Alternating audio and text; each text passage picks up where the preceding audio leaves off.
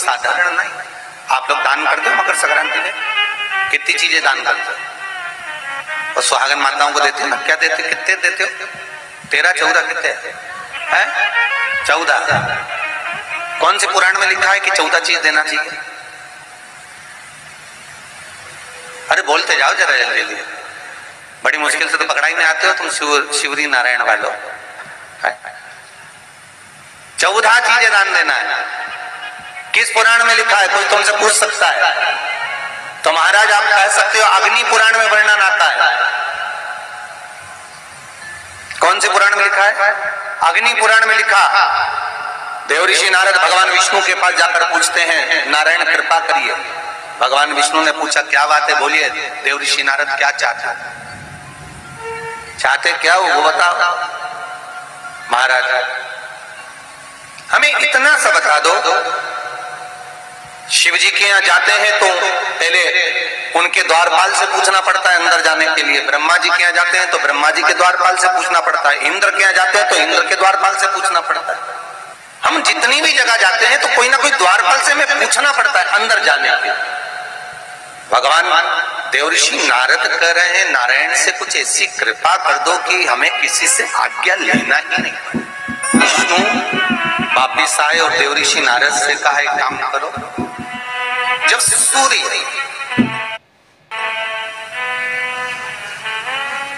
मकर में प्रवेश करते हुए उत्तरायण की ओर जावे, उस घड़ी उस पल में देवऋषि नारद तुम 14 बार भगवान के नाम का, शिव नाम का दान दे दीजिए। भगवान नारायण के नाम का, राम नाम का, कृष्ण नाम का दान दे दीजिए। अब देखो यहाँ पर ये नहीं लिखा कि प्लास्टिक का डब्बा दो। समझ लेना जी अच्छे से कि लोगों ने दान को कितना भ्रष्ट कर दिया वो बताया जाएगा। अग्नि पुराण में ये नहीं लिखा कि तुम प्लास्टिक की चाय की चन्नी दो 14, बाल्टी दो 14, या प्लास्टिक का डब्बा दो 14। यहाँ पर यह नहीं लिखा है कुछ भी हो।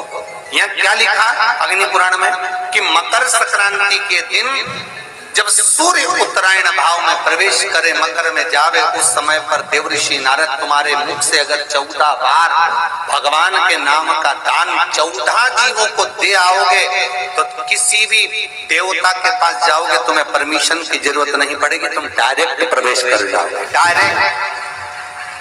अब तुमको अगर वैकुंठ में डायरेक्ट प्रवेश करना हो तो बिना पूछे, तो उसके लिए कहा ही मकर संक्रांति पे दान दो। तो किस चीज का दान देना है हमारा?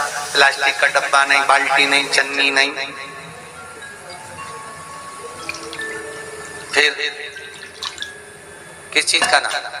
तो कहा अगर देवर्षि नारद आप दान दे रहे हो तो 14 नाम का दान दीजिए। 14 जीवों को नाम का दान दे दो, भगवान के नाम का भजन करो। और अगर संसार के लोग दान दे तो किस चीज का? तो कि अन्न से बड़ा कोई दान, अन्न से बड़ा कोई दान। अच्छा कई लोग कहते हैं कि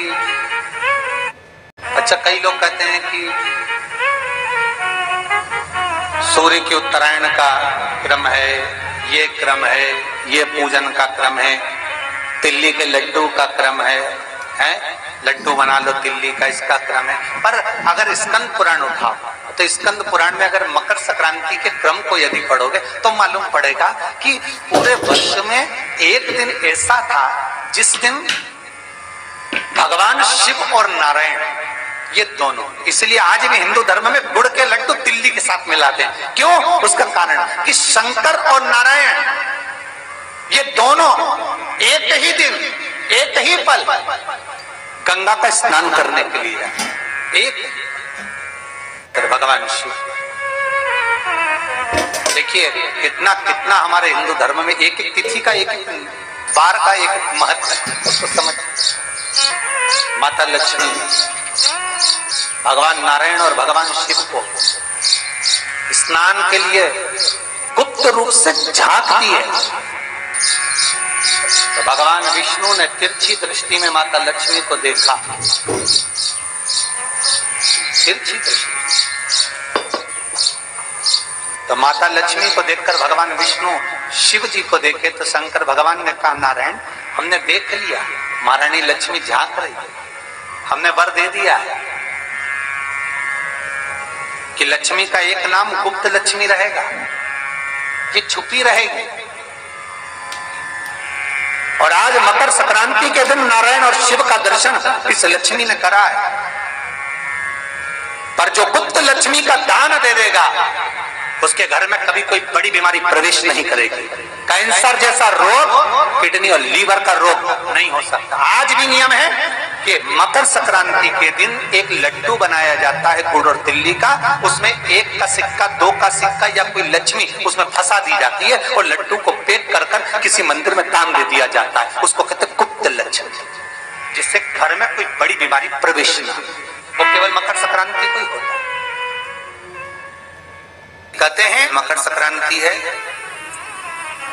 जिस समय सूर्य उत्तरायण आ जाए और पहले दिन उत्तरायण के दिन ही जब संध्या का समय होता है, शाम का समय होता है, महाराज संध्या का जो समय होता है शाम का, अगर कोई बच्चा पलंग पर बाथरूम करता हो, गंदगी करता हो, सारी औषधि कर ली, दवाई कर ली, और या बच्चा रात्रि को उठकर चिड़चिड़ करता हो या रोता हो रात भर, महाराज उसके लिए, या माता के स्तनों में बच्चे को पिलाने के लिए दूध ना आता हो उसके लिए, या बच्चा रुदन करता हो, या बच्चा